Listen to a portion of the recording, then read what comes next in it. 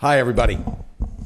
I'm so happy to be here. It's a little formidable. I don't know anything about economics, but we'll give it a shot. I've always relied on Fred for economics, both in East Asia and when I was trying to figure out how the euro works.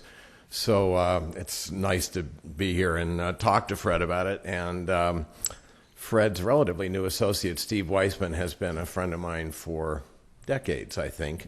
We were sort of competitors, but Meryl Grusner was in Tokyo when Steve and I were there together. We really weren't competitors. We're far enough from the desk when you're in Japan that you can really be, even the Washington Post and the New York Times can be friends. So, and I was the Washington Post bureau chief in Tokyo. I think I was successful there, and the big secret, the reason I was among my staff on the Washington Post Tokyo Bureau was Mrs. Steve Weissman, Elizabeth Buemiller, and probably the worst thing I ever did at the Washington Post was let her get away and go to work for the Times. A big mistake on my part. But as Fred said, I'm here to talk to you about my new book, in which I took on a question that turns out to be really important. I would like to argue to you that I figured out very early in 2006 when I launched into this book that in the fall of 2009, all Americans would be fascinated with health policy. It'd be a good time to bring out a book on that topic. That's my story. I'm sticking with it. But no, as a matter of fact, it just was so hard. It's just such a difficult field that it took me. I was a year late on this book, and Penguin has been beating up on me for a year to get the manuscript in. So now whenever I go to New York, I say to them, see, I knew all along that this was the right time to bring out this book. What I'm trying to do in this book is answer a pretty straightforward question. Here's the deal. All the other industrialized democracies, free market, advanced, high-tech, democratic societies, all of the countries like us, provide health care for everybody of good quality, and they spend half as much as we do. How do you do that? How do they do that? That's what I set out to find. I thought this was going to be a fairly mechanical search. Just go there, see how a system works, and write up the system.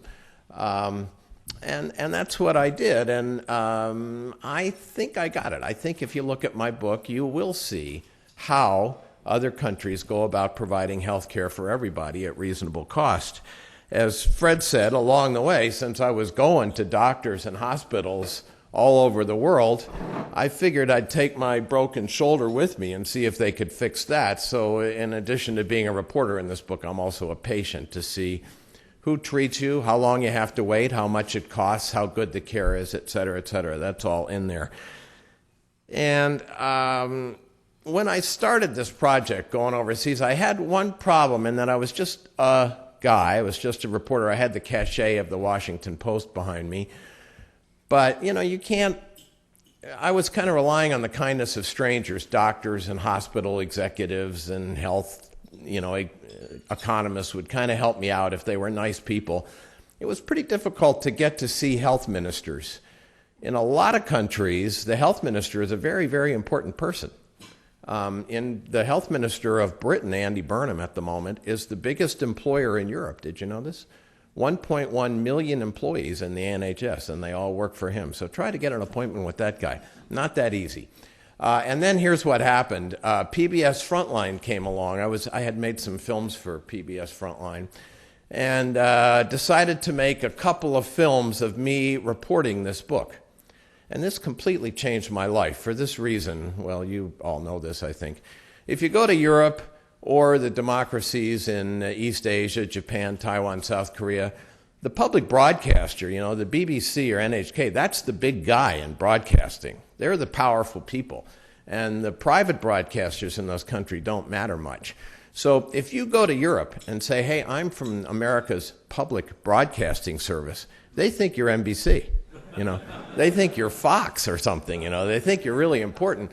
And so once I got going on this film, I could say, hey, I'm from PBS, and they liked it. We went to Switzerland, and I said to the Swiss, I'm here from America's public broadcasting service.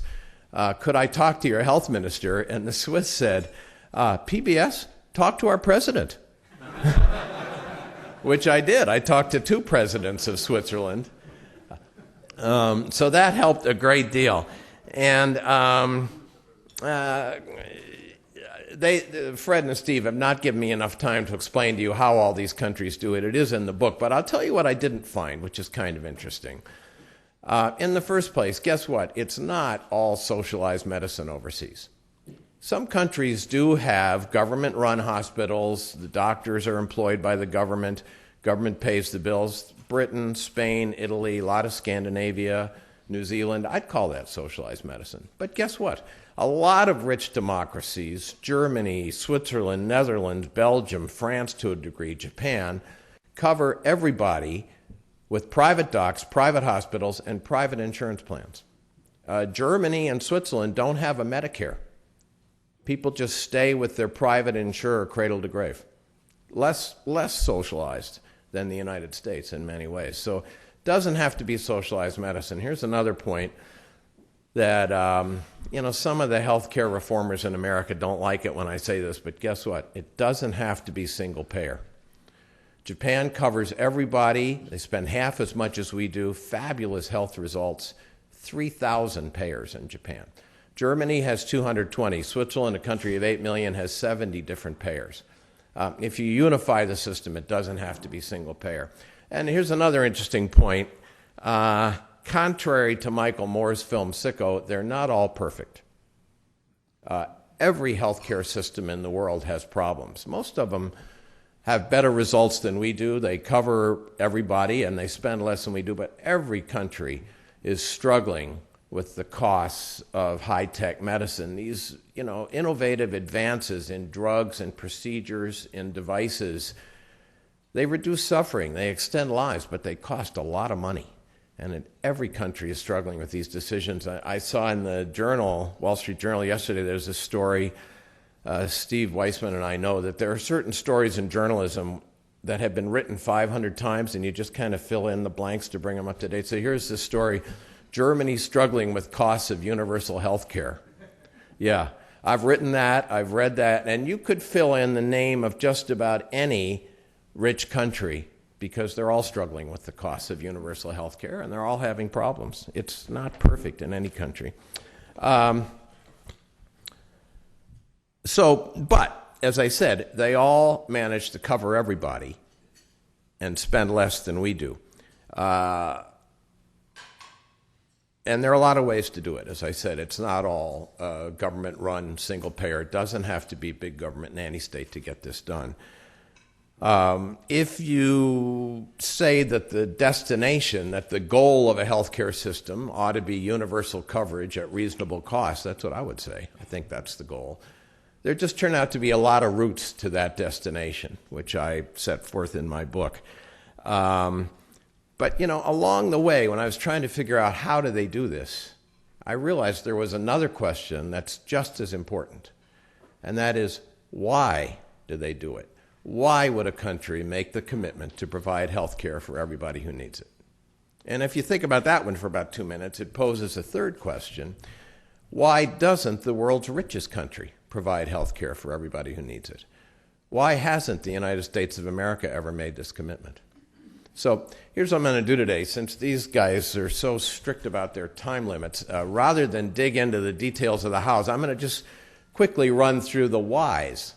Why would a country make this determination? And then we'll leave a lot of time for questions, I hope. So why would a country make a commitment, and it's a moral commitment, to cover everybody? Well, I told you there were several answers to the how question. It turns out there are several answers to the why question, but if you analyze them, it may be that all the answers to why are really the same explanation, just in different language. So let me run through the language. We can look at this from the point of view of philosophers, lawyers, economists, healthcare managers. There are a lot of ways to look at it. So we'll start with in the skies with the philosophers. A lot of philosophers have argued that there is a right to health care, that access to a doctor when you're sick is a basic human right. What does it mean? What does that mean? You got to think about that some, but I heard this when I was going around the world over and over and over, that a rich country has an obligation to provide health care to people who need it. If a nation has an obligation to do something, that's kind of definition of a right, is it? So where does that come from? I think in Europe is kind of interesting. I'm sure you've all heard this description of Europe as a post-religious society. You know, the Pope was just in Prague, and he said Europe has become a nation, a continent of empty synagogues and vacant cathedrals, and has lost the faith basis of Western culture. You know, my spiritual leader said that. But as a matter of fact, when I was talking to people in Europe, why do you provide health care for everybody? They frequently came back to Judeo-Christian, to religious explanations. We have an obligation to care for the least of our brethren. Very common statement. And if you argue, as many people in America do, that the U.S. is a pretty religious country, we go to church, we believe in God, and those Europeans, you know, they're faithless and post-religious. And yet in terms of practice, in terms of actually coming through and providing health care for the least of your brethren when they need it, maybe you could argue that Europe is truer to Judeo-Christian principles than the United States. Anyway, it's a thought. I just throw that out there. Why should we provide health care for everybody? Well, the philosophers often equate health care with the concept of equal opportunity. You know, John Rawls, this great American thinker, spent his years at Harvard. He wrote a 500-page book defining justice. And, you know, it's totally unfair to reduce it to 2 words, but if you reduce this 500-word book on justice to 2 words, it's equal opportunity. Rawls said a just society is one that gives everybody equal chance to do well.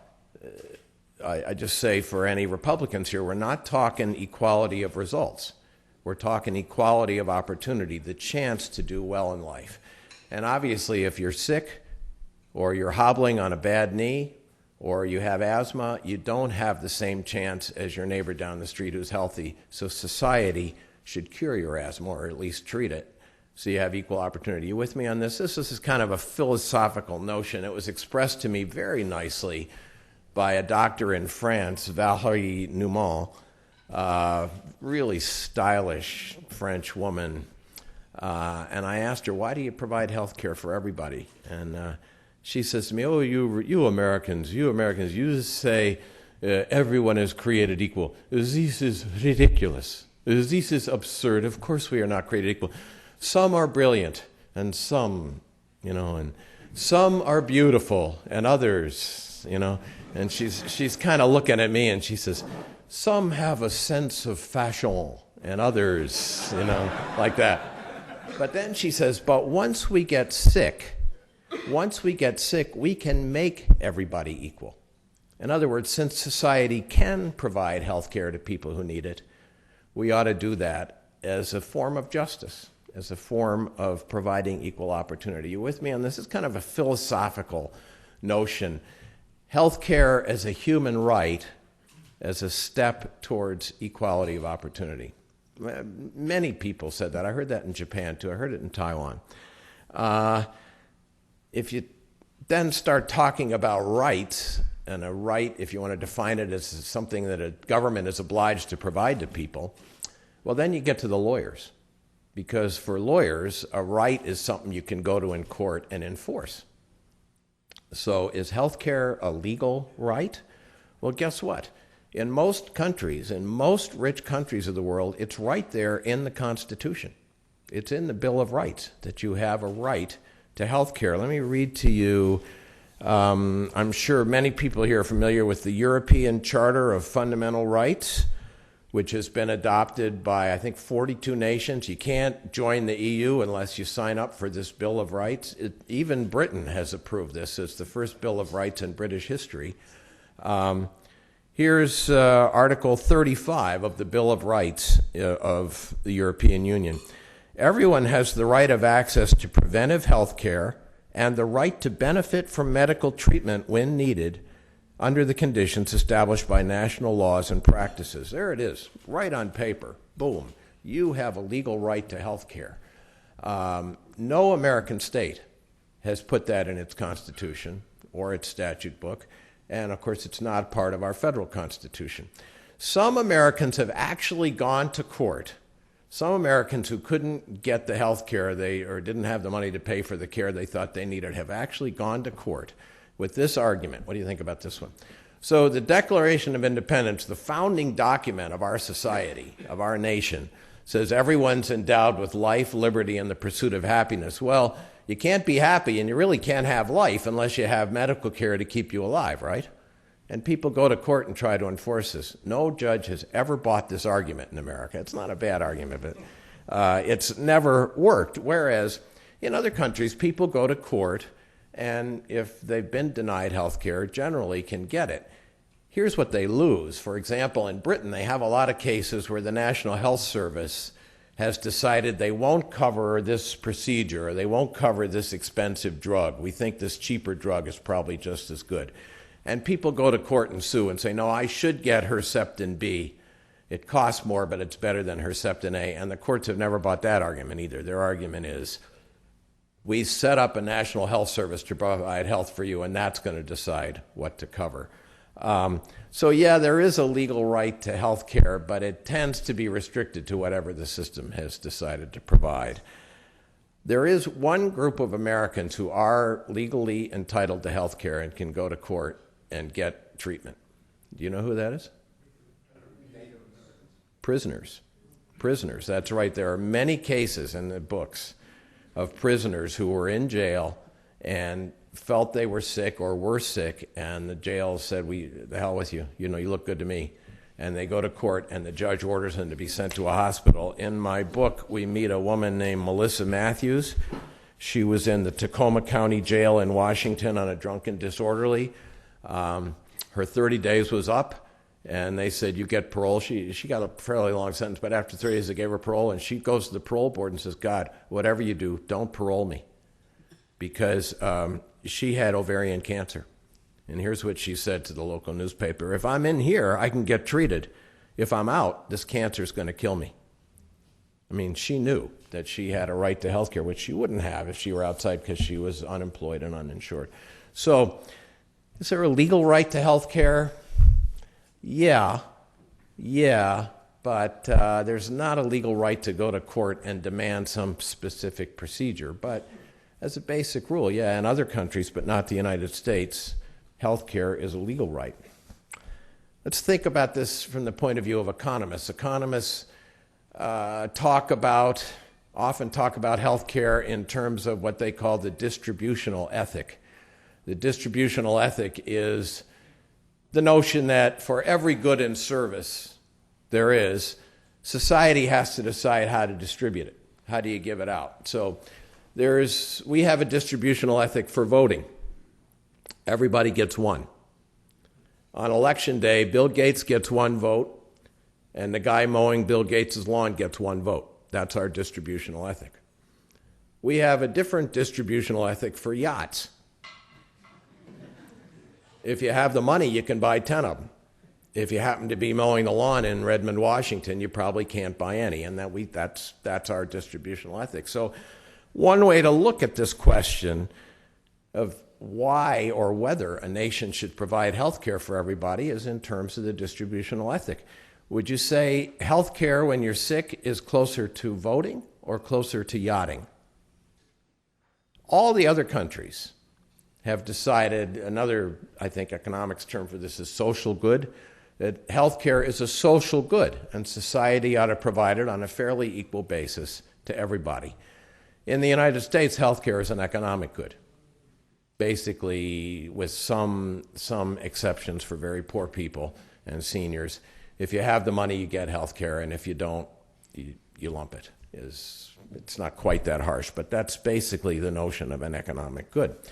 And so we reach this position where all the other countries do provide health care for everybody, and we don't. And that finally brings me to the point of view of the health system manager, these health ministers that I spoke to all over the country. Why would they want to cover everybody?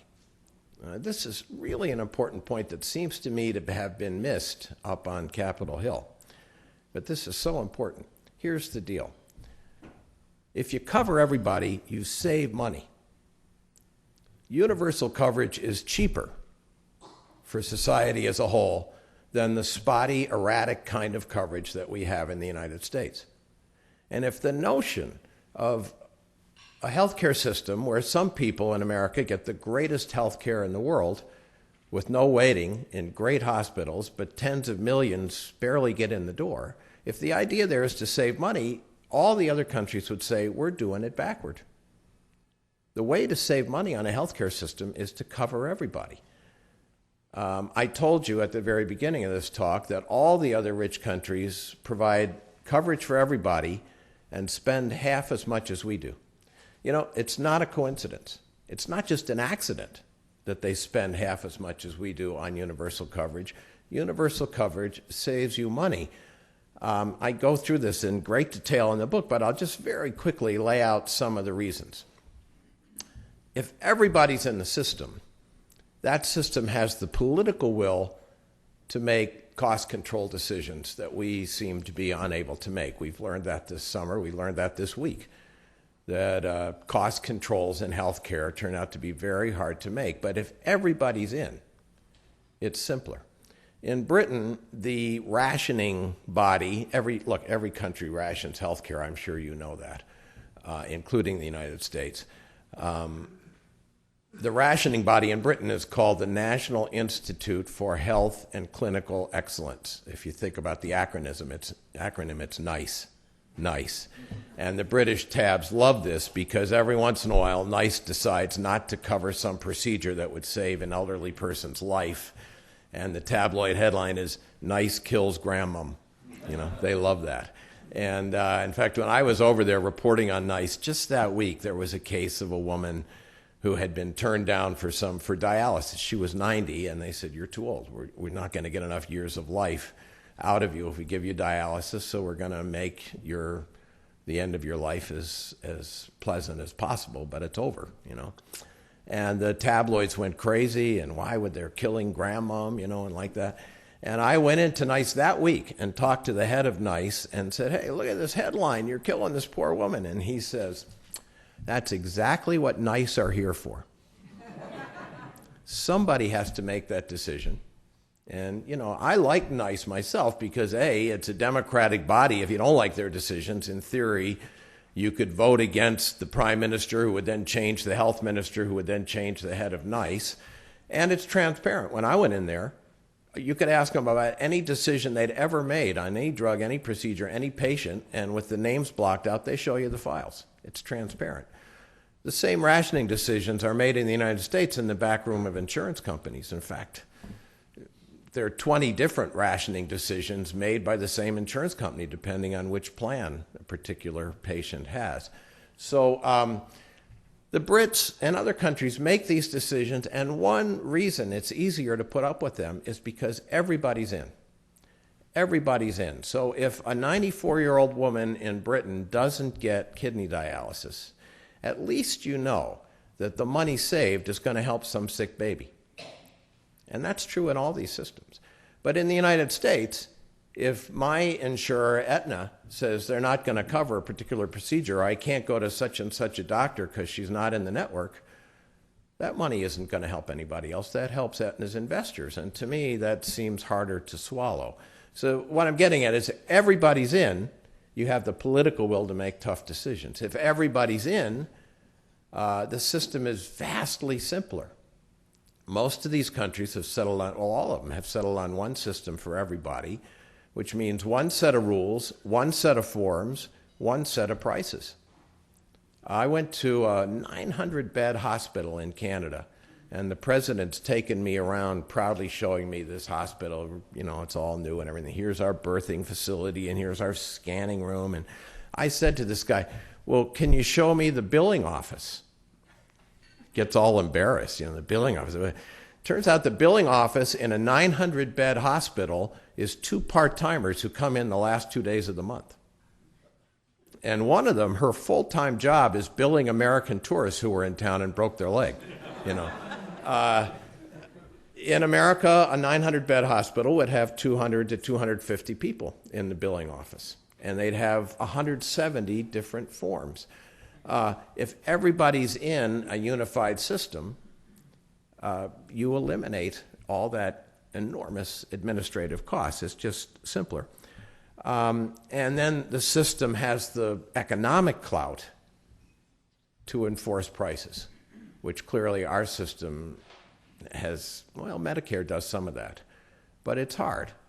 It's complicated, and there's so many different buyers of health care in our country that it's hard for any one buyer to impose price controls on the system. I think the political system also undermines cost control in America because local members of Congress protect their inefficient hospital or their inefficient lab. I think that's clear. But if everybody's in the system, you get that kind of economy of scale and the kind of economic buyer power that we don't have. One way to put it is in a unified system, you have weak supply side and strong demand side, and the America is the opposite. We have a very strong supply side and a weak demand side, so we can't control costs. For all these reasons, it's very clear, I don't think there's any question, that universal coverage saves money.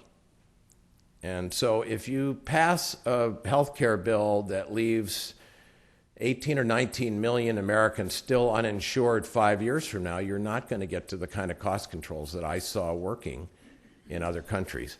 So this is kind of the practical. We're now not in the realm of philosophers or lawyers. We're right down there with the accountants and the money people saying this is why, another reason why countries want to cover everybody. And I think that's the fundamental lesson of my tour around the world, that the first decision should be to cover everybody. And if you do that, then you can work on cost and quality issues next. At least that's what I found in every other country. All the other countries, I go through the history in my book of how all these countries got to universal coverage. And all of them got there first by saying, doggone it, we're a rich society. We have an obligation to give health care for everybody, to everybody who needs it. And once you make that decision, then you can design a mechanism that gets you there. I argue in my book, we've never even had that conversation. We just, and this summer, again, we didn't even have that conversation. We just haven't made that moral commitment. So here's what I'm going to do for you. I am not going to give you a pass on buying my book. You still have to buy my book. And Christmas is coming. I know all your neighbors, etc. But I can summarize my book for you in one sentence. Are you ready? If we could answer the why, if we could find the political will to provide health care for everybody who needs it, if we could find the will to provide universal coverage, the other rich countries can show us the way. Thank you.